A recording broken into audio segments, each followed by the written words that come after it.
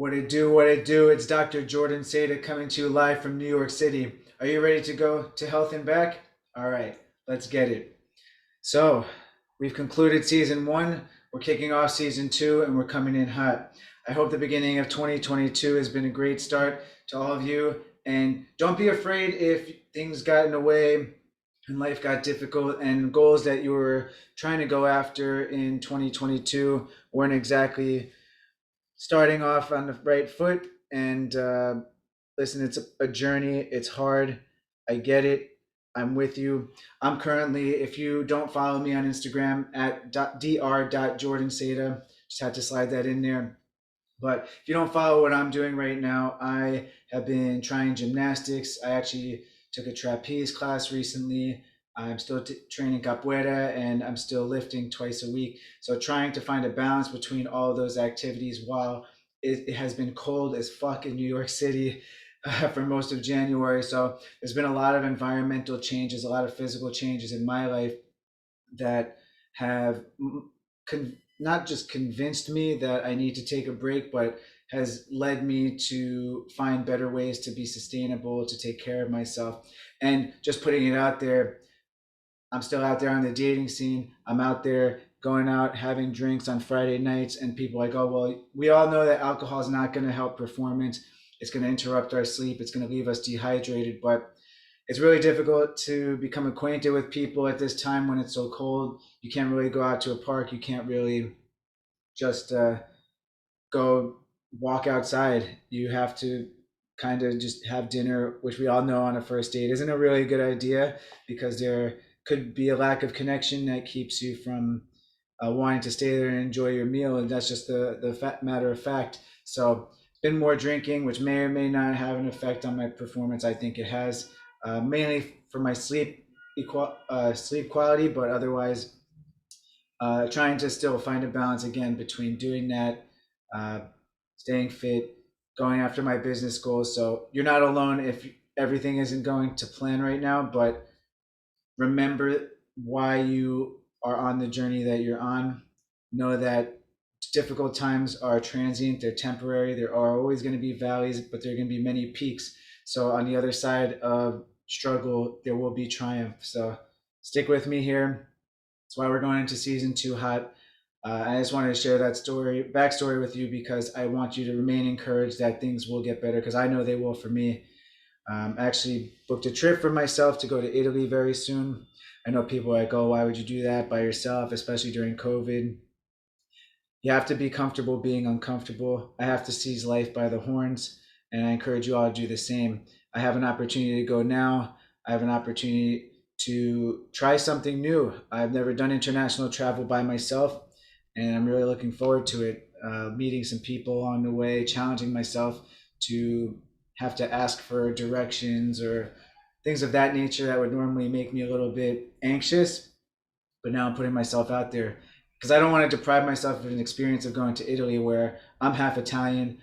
I've never, well, more Italian American, like the Sopranos and stuff like that, but I don't want to deprive myself of connecting with my roots, understanding what it means to be Italian, if even if for a little while and just scraping the surface. But that's what I'm going after. So I'm really excited about that. It's something I'm throwing my energy into. Aside from the fact that luckily it looks like the Omicron spike is attenuating here in New York City and likely the rest of the world. So people are more comfortable being seen for in-person services that I offer, which is great. So I'm looking forward to business growing. But for now, one of the things I'm doing is working on content. I look forward to sharing a lot of that with you because it is going to be bomb. I'm collaborating with an amazing video editor and friend of mine, and it's going to be lit, for lack of a better word. And I encourage you again all to follow. If you didn't finish season one, I have 10 episodes there, and we've had some amazing guests. I just wanted to again thank all of them if they're listening to this that for their contributions. They've really given it everything to take the time out of their busy schedules to contribute to my journey. My mission is impeccable, and there's been a lot of positive feedback about it. I think I want to strive for even more. I want to find more guests. So call to action in the middle of what I'm going to get into today, which is answering a lot of your questions If you know anybody who would be a great podcast guest for me, so what I'm looking for, again, fitness, wellness, entrepreneurship minded individuals, whether they're coaches, whether they're medical providers, etc. I want the opportunity to reach out to them because I believe that having diversity on this platform and allowing many individuals to share their stories is only going to help us all. I'm going to learn something, you're going to learn something, and that's how we grow. And I look forward to continuing to grow this podcast. So, like I said, about a month ago, I posted a question on Facebook, not on Facebook, on Instagram. Well, it was on Instagram and Facebook. You know how that works, but I just wanted to answer a lot of your questions. A lot of it was focused on myths that people have heard over the years or things that they need clarity on. And I had quite a few responses. Some were quite comical, but others are very real questions. And I wanted to take this opportunity to answer them as best as I can. So I'm going to be looking off camera a little bit if you're watching on YouTube. I have a list of videos on YouTube, and you can go check those out later on. My YouTube channel is pretty easy to find. Just type my name. You'll also see me dancing salsa in 2012, but there's a lot of good content on YouTube with my name attached to it. Anyway, so the first myth is cardio being more important than resistance training. I know when I was growing up, I was told that running needed to happen. We all needed to be doing cardio. You go to gyms like Planet Fitness and other commercial gyms, and you'll see loads of treadmills and ellipticals and so on. So you might have this impression that cardio is everything and that we need it. And I certainly agree that we need cardio. I think for our overall health, it's essential. But in terms of resistance training, how our bones adapt to load is by being loaded, and how they're loaded is through resistance training. We need the muscles to pull on the bones, the tendons, the ligaments, and all those uh, interplaying together will lead to longer term bone health, increased muscle, what we call hypertrophy. It sounds like I don't know anything, right?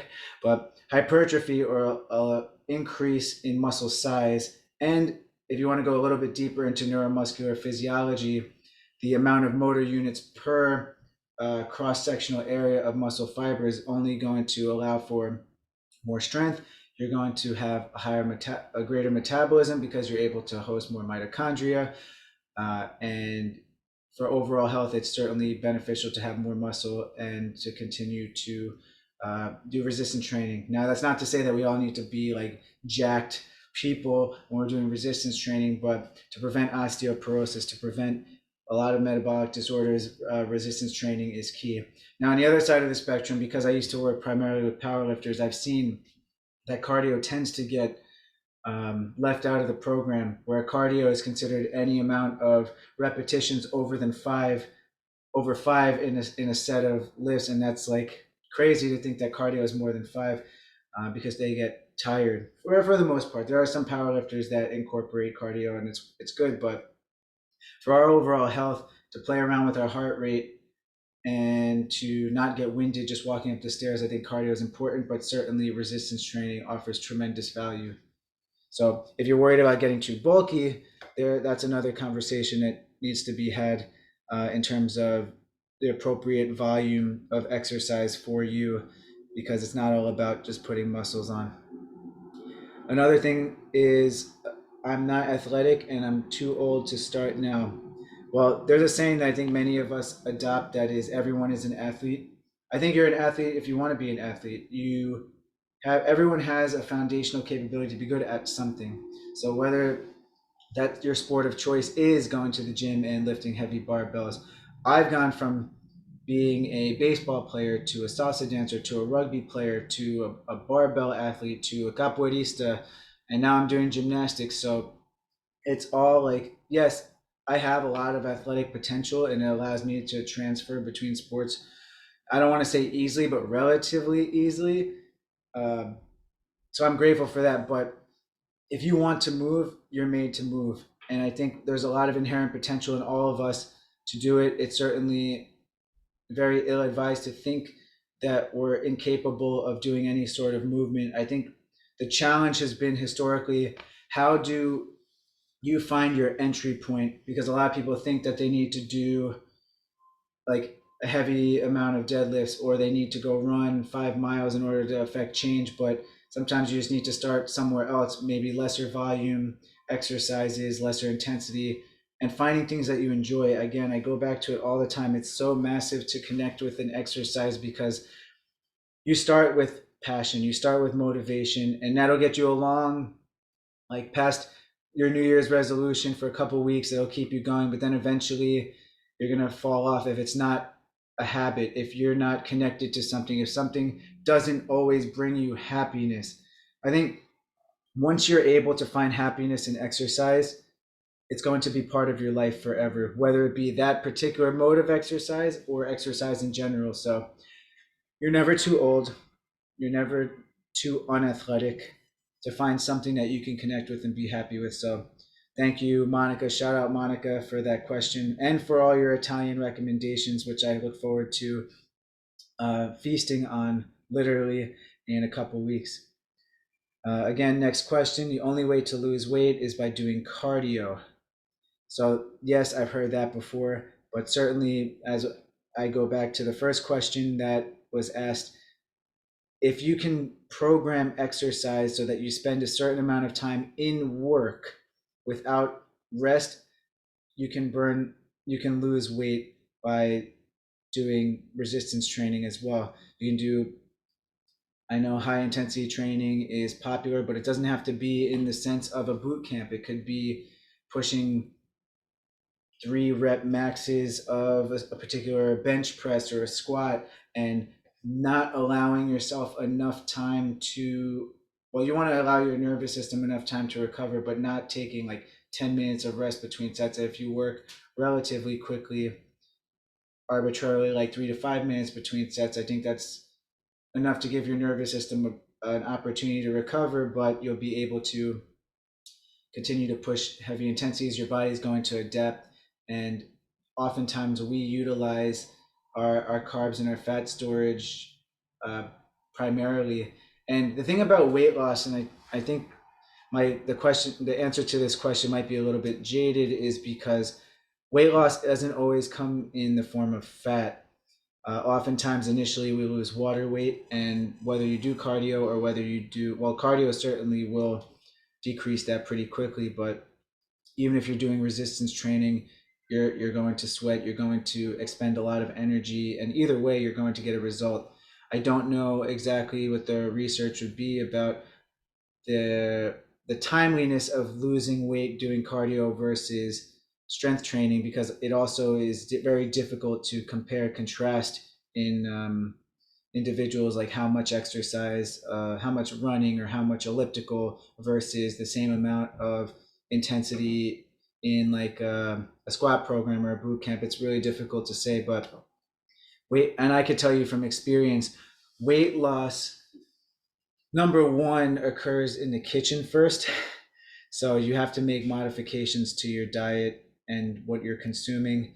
It is as simple as input versus output. You want to output more than you input to lose weight. Um, so I think starting there is the most important thing before you consider a modality of exercise, whether it be cardio or resistance training. But resistance training and cardio both are effective for weight loss, especially when I go back. I keep saying go back, but referring back to a previous point about muscle size and metabolism, just inherently doing resistance training will make it easier to metabolize our energy storage, which comes from our food sources. So that's the answer to that question. Sophia, thank you for that. Muito obrigado pela sua pergunta. I think I said that right, but I'll double check later. That was Portuguese if everyone didn't know. I had another comment. The rebranding of similar concepts under different systems, creating cliques of professionals that only believe their system works and bashing any other system that probably abides by very similar principles. Yeah, we do see that a lot. Everyone's trying to, especially from a marketing perspective, trying to position themselves in a place where they're different and or better than their colleague or competitor. And I certainly understand that. I'm not. I know I for one don't try to. I first of all admit if I don't know anything, and I admit openly that I have a lot of learning to do. I think the challenge always becomes, well, what works best for the individual in front of you. I think it's a good idea to have multiple systems of thought and frameworks in order to come up with the best prediction or best predictor of what's going to work for an individual. But I think it's so difficult to know all the factors that constantly change in their lives. And how do I, as a coach, manipulate the physical load changes that will lead to adaptations, longer term adaptations? It's really difficult to find that balance. And creating a menu like an algorithm, or thinking about standardizing a certain approach and saying that it works. It's like, well, even if it does work, it's one of many systems that work. If there were a gold standard system that worked, everybody would be doing it. And I don't think we've found that yet. And I don't think it's just skepticism that is keeping us from getting there. So my man, you down in South Carolina, also podcast guest from episode 5 about holistic health and acupuncture. Definitely go check that out. You the man. I'm so corny. I know. I'm trying. We're gonna go here. We have a couple more. The idea that between a before image and an after image, there was some kind of lightning bolt realization. Oh, please, do you know how much work this really is? Well, yes, you do, and so do I. So that came from Cynthia. If she's listening, Cynthia, thank you for that. Before and after photos, you know, it really does. I mean, certainly it captures your attention because you see a dramatic change between the individual. But first of all, you have to think: did it happen in the time frame that they said it did? Was there any photo editing involved? And even if so, what was the journey like that took that individual to get from one place to another? So when we're thinking about body image in particular, which most of us are keen on improving, is it like, what were the health habits involved, and did those habits become habits, or was it just a very short term, like, I'm going to commit 3 months to dropping weight, and then after that I'm just going to go back to the lifestyle changes that I had before? So we don't know 12 months from then or a year from then whether or not that individual still looks the same as they did in the after photo. But certainly for marketing, it is useful to have a before and after. uh, but I am also always, again, a little bit skeptical of results if I see consistently. And I mean, I think it also comes back to the source of information, right? So if it comes from a very well respected coaching group or training group where the principles that they withhold and abide by are supported by research and science, and they don't cut corners, then I would be more amenable to believe that the change that happened was real and not fabricated by any sort of editing or just like take it or leave it type of diatribe on social media. So definitely don't believe what you see all the time. Definitely ask questions. But yeah, thanks, Cynthia, for that question. All right, I have another question. I've never lifted weights before, so I can only train with dumbbells. Well, to be honest, I would actually argue that there is I don't want to say there's a hierarchy of ways to approach exercising in the gym. I think dumbbells are a great tool. I use them. I think most of us use them if we do resistance training, but I would argue that a kettlebell is an even greater tool to introduce movement because of the way it's designed, its overall utilization. It truly is the Swiss Army knife of exercise equipment. And if you want to challenge me on that, feel free to. I encourage that constructively, of course, but yeah, I think if I was training someone to carry an object, boom, kettlebell has a nice handle on it. If I was training someone to lift an object from the floor, very easy and not so intimidating to pick a kettlebell up off the floor versus a dumbbell. Like how would I even position a dumbbell on the floor to make it somewhat enticing and to limit the range of motion so that they're not so fearful of lifting it, because a lot of people do have a phobia of bending forward. They're worried about hurting their backs. So how can I do so in a less threatening way?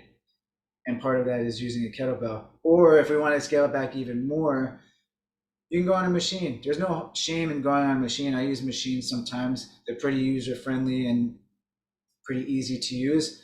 They're kind of foolproof. You just have to be careful putting your fingers too close to pins and stuff like that. So I think you can train the way you want to train as long as technique and skilled programming are implemented. You can make it happen. All right, rolling along. Warming up before working out and lifting isn't important.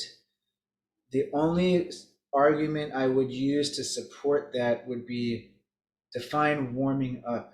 So if I go to the gym and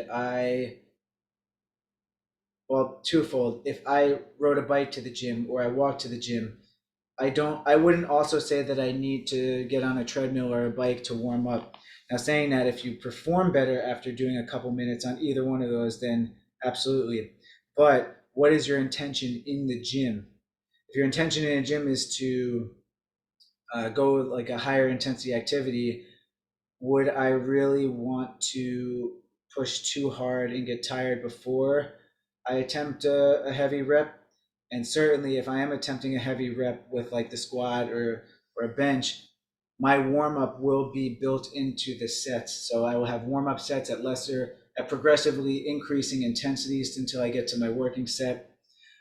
You can either stay at the top set or drop, whichever. That all comes down to program design and what works well for you. But warming up in the sense where it's like you need to stretch and you need to hop on the treadmill. Certainly, static stretching, not necessary to do before exercise. Afterwards, absolutely, you certainly can if it feels good, but not a deal breaker. So that's my take on warming up. All right, thought I had one more question, but I guess I do not. So if you are listening to this and you do have any questions about things that you've heard about fitness that you're not really sure uh, are valid and you want some clarity on that, I'd love to help you with that. Feel free to DM me on Instagram again at dr.jordanseda. That's SEDA, as I'm sure you'll see if you're listening to this episode. But I like to keep these brief. I love sharing my journey. But I always like to give the floor to my guests when I bring guests onto the podcast.